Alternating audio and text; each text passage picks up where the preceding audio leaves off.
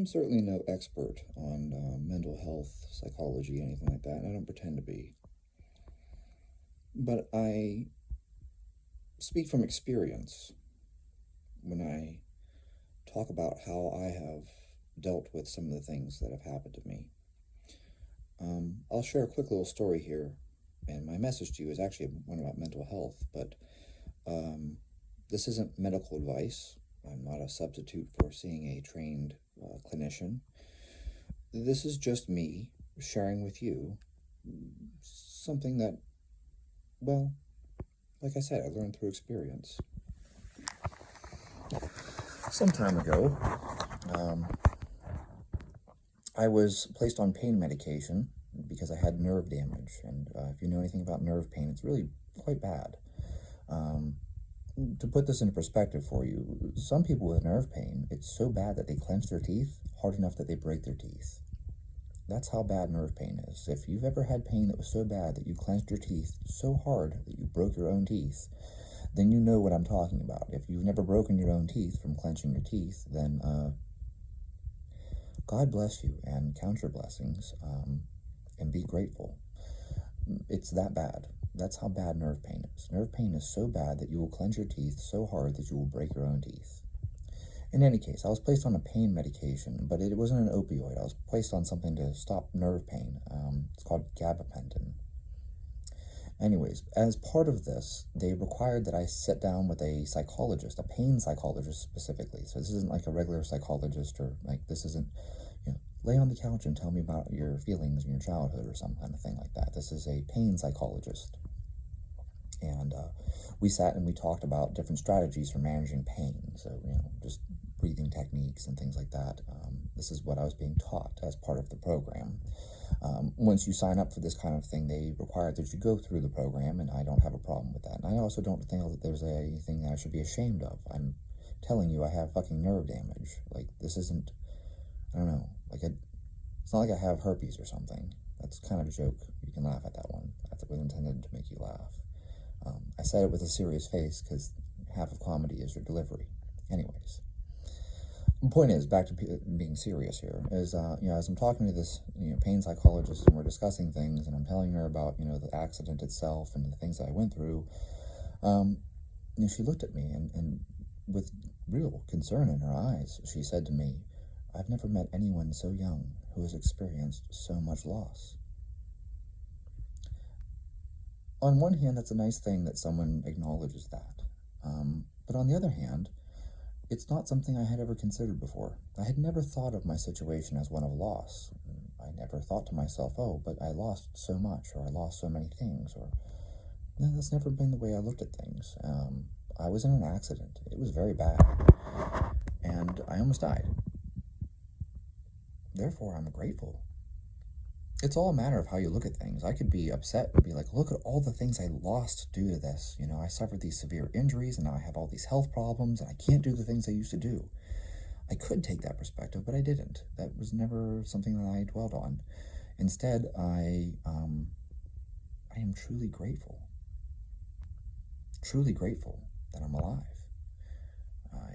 People say things to me all the time, oh, that must be so hard, or that must be so terrible. I have doctors all the time telling me how sad and tragic it is and all these things like that, and I look at them and I say the same thing every time. It's a small price to pay for being alive. I mean, really, that's the way I look at it. It's a small price to pay for my life. Just stop and think of all the wonderful things that happened to me after my accident. I had Zoe, my service dog, and I try to tell people all the time, that's not like having a pet. I needed her, and it's like having an extension of yourself. She would help me up and downstairs, in and out of bed, on and off the toilet, in and out of the car, whatever it was. I needed her. I couldn't function without her. It was like having an extra set of legs or something. I don't know how to explain that, but, I needed this. I couldn't walk out to the mailbox, so I would just open the door, and she would go out and meet the mailman. The mailman would hand her the mail, and she'd carry it in. She did the things that I couldn't do for myself, and she helped me to do things that I couldn't do for myself. That's not a pet anymore.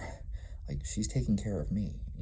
Most people have pets, and you take care of your pets. They give you love and affection, but it's not like they provide for you or care for you. When you have a service dog, now suddenly this animal is caring for you. It changes the dynamic entirely, and I can't tell you how incredibly grateful I am for that. It was beautiful. I've never loved anything so much. She was just the best thing that's ever happened. And I wouldn't have had that experience had I not been in an accident. There's so many things that you can be grateful for. Even the fact that I rebuilt my relationship with my parents. When I was 18, I left home, and then I get into this accident, and I needed people to take care of me because I couldn't take care of myself, and my parents stepped up to the plate. I have to say that I'm grateful for that. It's not like my parents have money. It's not like my parents, were able to just, oh, here's a whole bunch of money, go do whatever kind of thing. No, I had to rely on them. They had to drive me to and from hospitals, take me to and from doctors, I needed their help. There's a stupid thing that people like to bring up all the time, and it's not entirely stupid if you think about it, but once upon a time, your mom or dad picked you up and set you down for the last time, and you never knew that was going to be the last time that they ever picked you up. That's a weird thing to think about, right? As a child, at some point, your parents stopped picking you up. There was one time where that was the last time that they ever picked you up. But for me, the last time my dad picked me up, and my dad just passed, the last time my dad picked me up was on May 3rd, 2017. Think about that for a minute. May 3rd, 2017, I remember it. I know the last time that my dad picked me up and carried me. I was 33. My dad, I had surgery, and rather than struggling with the wheelchair and all this stuff like that, my dad picked me up in his arms and carried me to the car. He set me down in the car, he strapped my seatbelt on me, he drove me home, and then he picked me up and carried me out of the car and carried me and set me down on the couch. 33 years old. That's the last time my dad picked me up and carried me. The last time I picked my dad up and carried him was in 2021. He was dying of lymphoma. So, take it for what you will. You could look at that and be like, oh my God, that's so tragic, and you get all teared up. Or you can look at it and think of how grateful you should be. You should be grateful. How grateful you should be for those moments. I didn't have a great relationship with my father. And then I had this accident, and I had to rely on him. And then he got sick, and he had to rely on me. I could be sad. I could be sitting here crying and telling you how tragic my life is. Or I can sit here and tell you how incredibly grateful I am that my father took care of me, that we rebuilt a relationship, we became close again, and that, later on, I'm not healthy, but I was healthy enough that I was able to help him as he was going through lymphoma and chemotherapy. And I'm extremely grateful for that. So, my message to you is not one of, mental health, talk your problems out, blah, blah, blah, blah, blah, go see a therapist or something.